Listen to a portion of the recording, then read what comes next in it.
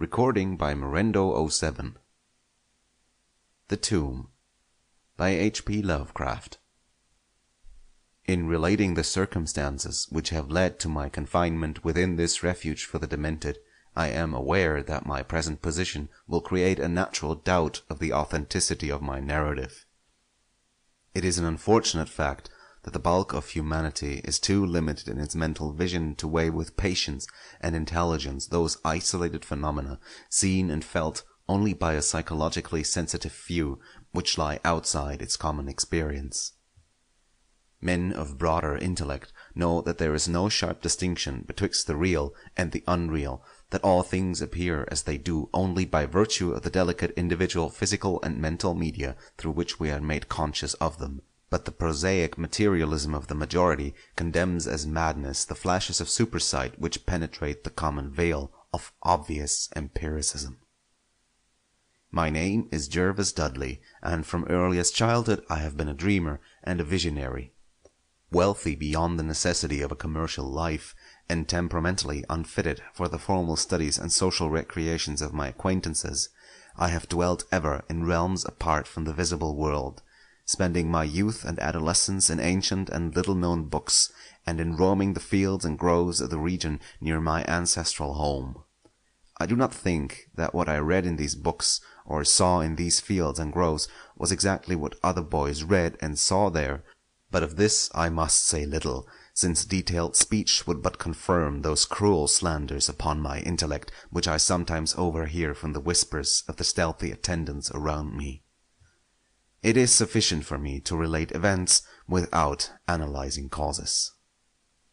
I have said that I dwelt apart from the visible world, but I have not said that I dwelt alone.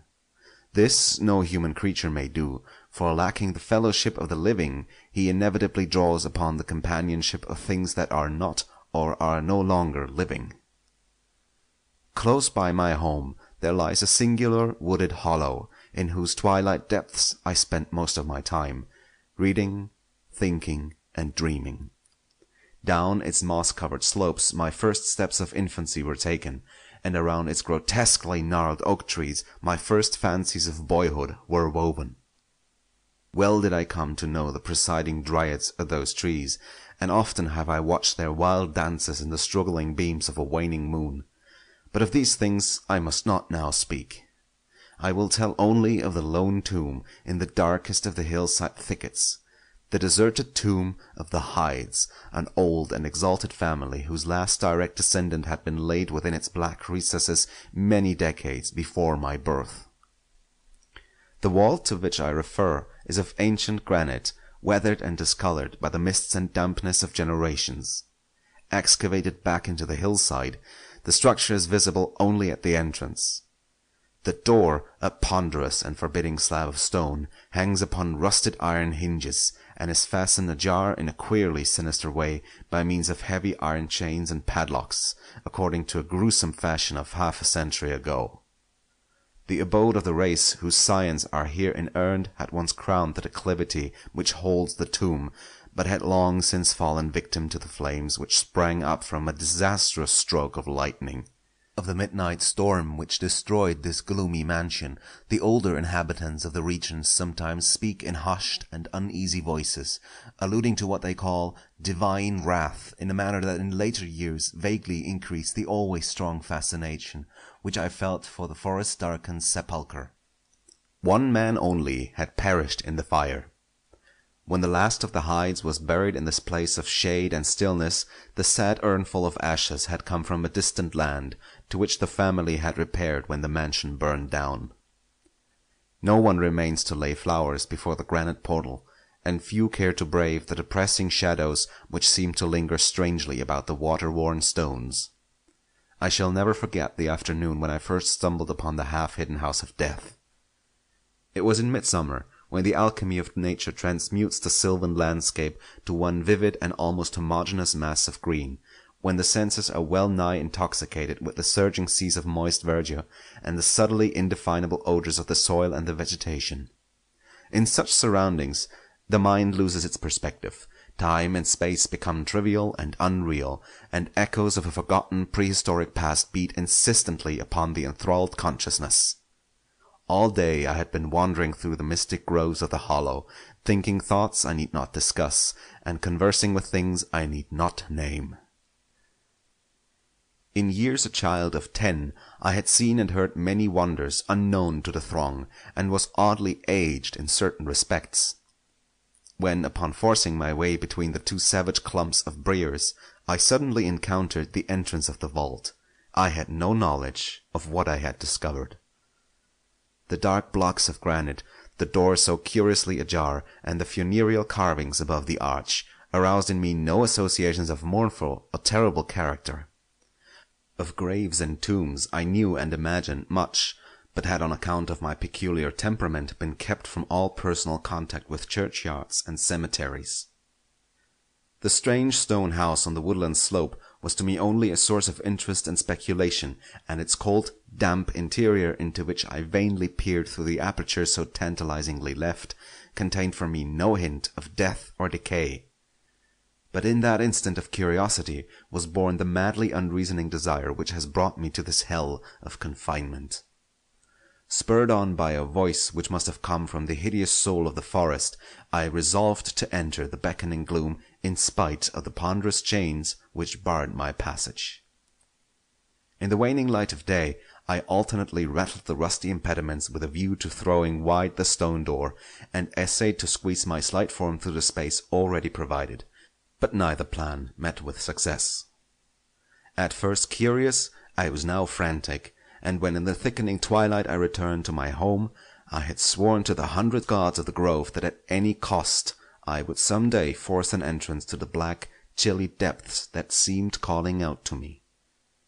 The physician with the iron-grey beard, who comes each day to my room, once told a visitor that this decision marked the beginning of a pitiful monomania, but I will leave final judgment to my readers when they shall have learned all. The months following my discovery were spent in futile attempts to force the complicated padlock of the slightly open vault, and in carefully guarded inquiries regarding the nature and history of the structure. With the traditionally receptive ears of the small boy, I learned much, though an habitual secretiveness caused me to tell no one of my information or my resolve. It is perhaps worth mentioning that I was not at all surprised or terrified on learning of the nature of the vault. My rather original ideas regarding life and death had caused me to associate the cold clay with the breathing body in a vague fashion, and I felt that the great and sinister family of the burned-down mansion was in some way represented within the stone space I sought to explore. Mumbled tales of the weird rites and godless revels of bygone years in the ancient hall gave to me a new and potent interest in the tomb, before whose door I would sit for hours at a time each day. Once I thrust a candle within the nearly closed entrance, but could see nothing save a flight of damp stone steps leading downward. The odor of the place repelled yet bewitched me. I felt I had known it before, in a past remote beyond all recollection, beyond even my tenancy of the body I now possess. The year after I first beheld the tomb, I stumbled upon a worm-eaten translation of Plutarch's Lives in the book-filled attic of my home.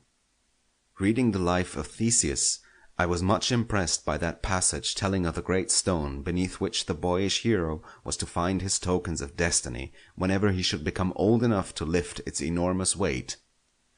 This legend had the effect of dispelling my keenest impatience to enter the vault, for it made me feel that the time was not yet ripe. Later I told myself I should grow to a strength and ingenuity which might enable me to unfasten the heavily chained door with ease, but until then I would do better by conforming to what seemed the will of fate. Accordingly, my watches by the dank portal became less persistent, and much of my time was spent in other, though equally strange, pursuits. I would sometimes rise very quietly in the night, stealing out to walk in those churchyards and places of burial from which I had been kept by my parents.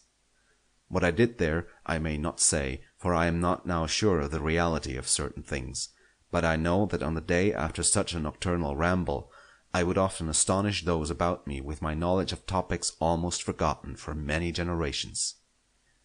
It was after a night like this that I shocked the community with a queer conceit about the burial of the rich and celebrated Squire Brewster, a maker of local history, who was interred in 1711, and whose slate headstone, bearing a graven skull and crossbones, was slowly crumbling to powder.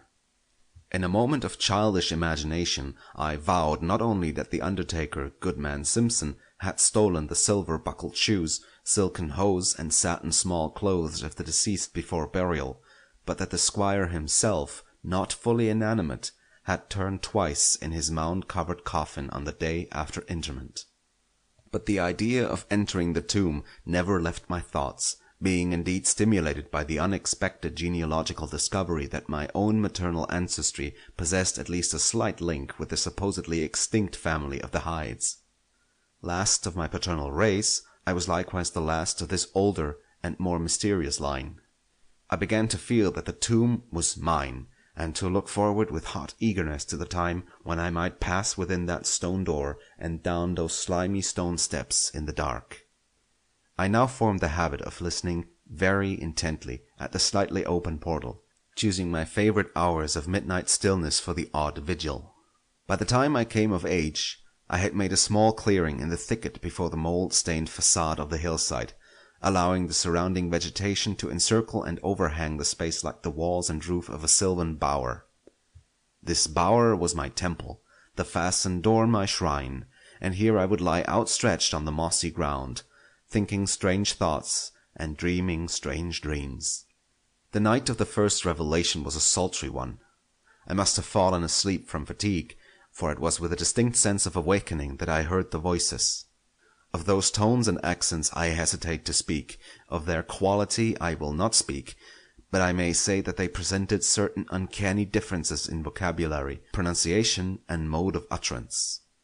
Every shade of New England dialect, from the uncouth syllables of the Puritan colonists to the precise rhetoric of 50 years ago, seemed represented in that shadowy colloquy, though it was only later that I noticed the fact. At the time, indeed, my attention was distracted from this matter by another phenomenon, a phenomenon so fleeting that I could not take oath upon its reality. I barely fancied that as I awoke, a light had been hurriedly extinguished within the sunken sepulchre. I do not think I was either astounded or panic-stricken, but I know that I was greatly and permanently changed that night. Upon returning home, I went with much directness to a rotting chest in the attic, wherein I found the key which next day unlocked with ease the barrier I had so long stormed in vain.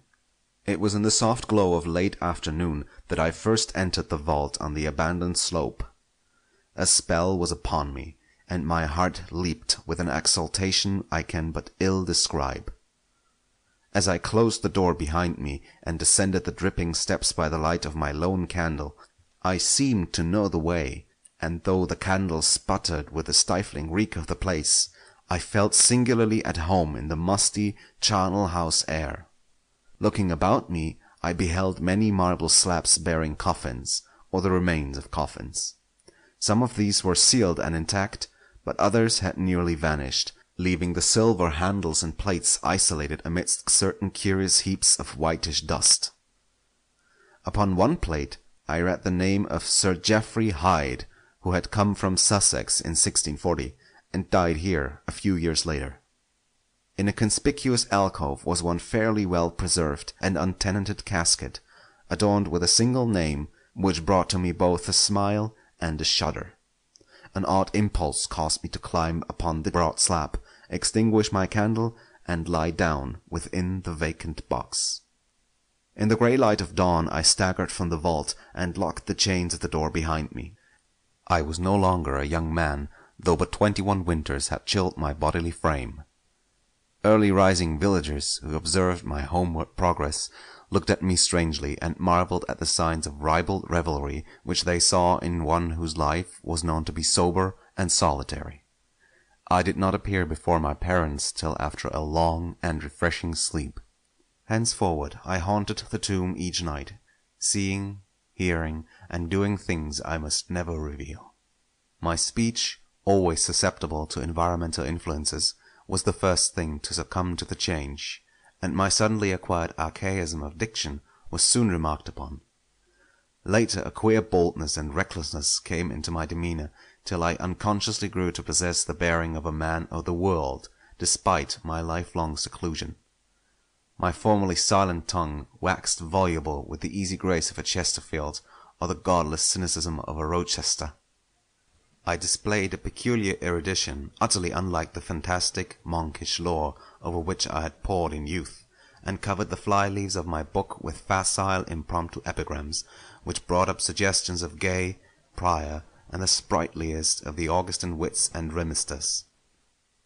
One morning at breakfast I came close to disaster by declaiming in palpably licorice accents an effusion of 18th century bacchanalian mirth, a bit of Georgian playfulness never recorded in a book, which ran something like this: "Come hither, me lads, with your tankards of ale, and drink to the present before it shall fail.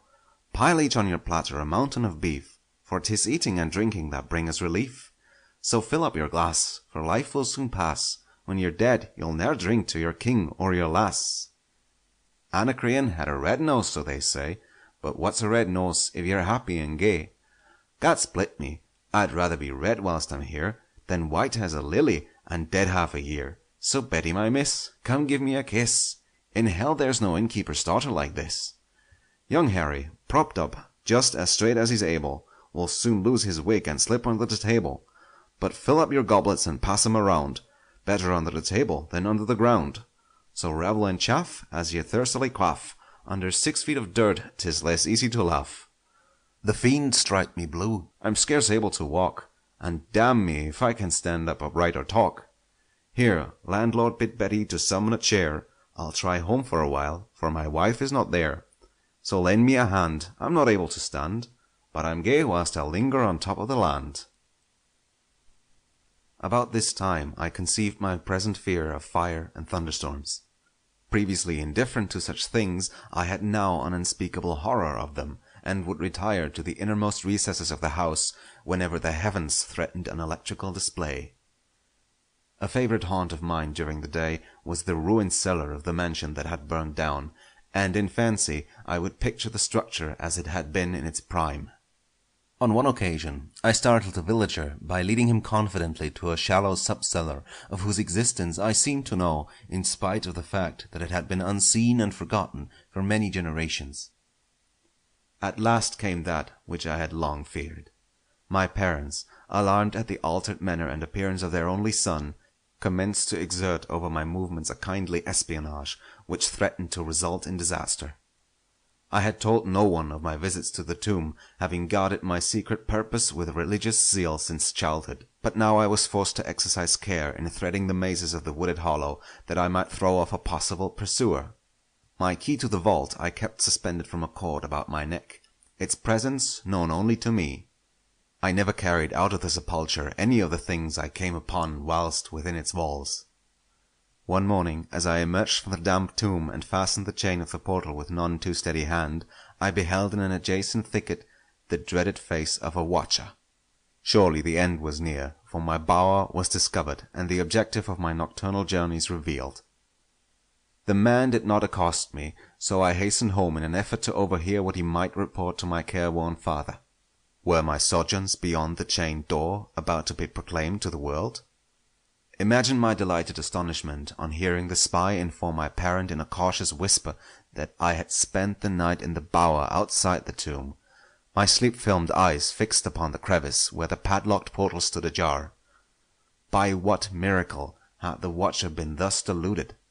I was now convinced that a supernatural agency protected me. Made bold by this heaven-set circumstance, I began to resume perfect openness in going to the vault, confident that no one could witness my entrance.